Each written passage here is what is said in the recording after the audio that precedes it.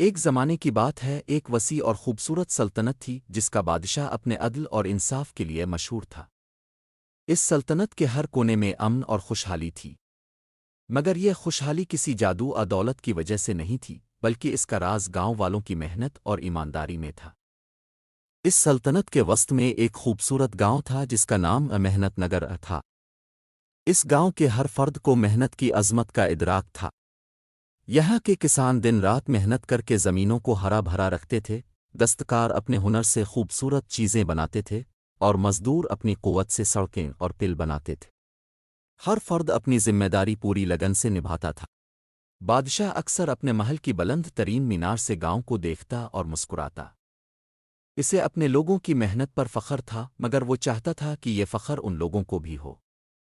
ایک دن اس نے سوچا کہ کیوں نہ اپنے لوگوں کی محنت کا صحیح اندازہ لگایا جائے اور انہیں اس کی قدردانی کا احساس دلایا جائے۔ ایک دن بادشاہ نے اپنے وزیروں کو جمع کیا اور کہا، میں چاہتا ہوں کہ میں اپنی رعایا کے ساتھ کچھ دن گزاروں اور ان کی زندگی اور محنت کو قریب سے دیکھوں، مگر میں ان کے درمیان ایک عام انسان کی طرح جانا چاہتا ہوں تاکہ میں ان کی زندگی کی حقیقت کو جان سکوں۔ وزیروں نے اس فیصلے کی تعریف کی، اور بادشاہ نے اپنی شاہی پوشاک اتار دی اور ایک سادہ مزدور کے کپڑے پہن لیے۔ وہ گاؤں میں ایک عام مزدور کی حیثیت سے پہنچا۔ گاؤں کے لوگوں نے اسے ایک نئے مزدور کے طور پر قبول کیا اور اسے مختلف کاموں میں شامل کر لیا۔ بادشاہ نے دیکھا کہ یہاں کے لوگ کتنی محنت سے کام کرتے ہیں، چاہے وہ فصلیں کاٹنا ہو یا مٹی سے برتن بنانا یا تعمیرات کا کام کرنا۔ وہ دیکھتا کہ لوگ نہ صرف اپنے کام کو دل لگا کر کرتے ہیں بلکہ ایک دوسرے کی مدد بھی کرتے ہیں۔ اگر کسی کا کام زیادہ ہوتا تو دوسرے اس کی مدد کے لیے آگے آ جاتے۔ ایک دن بادشاہ نے ایک بزرگ سے پوچھا، آپ لوگ اتنی محنت کیوں کرتے ہیں؟ کیا آپ کو کبھی آرام کی ضرورت محسوس نہیں ہوتی؟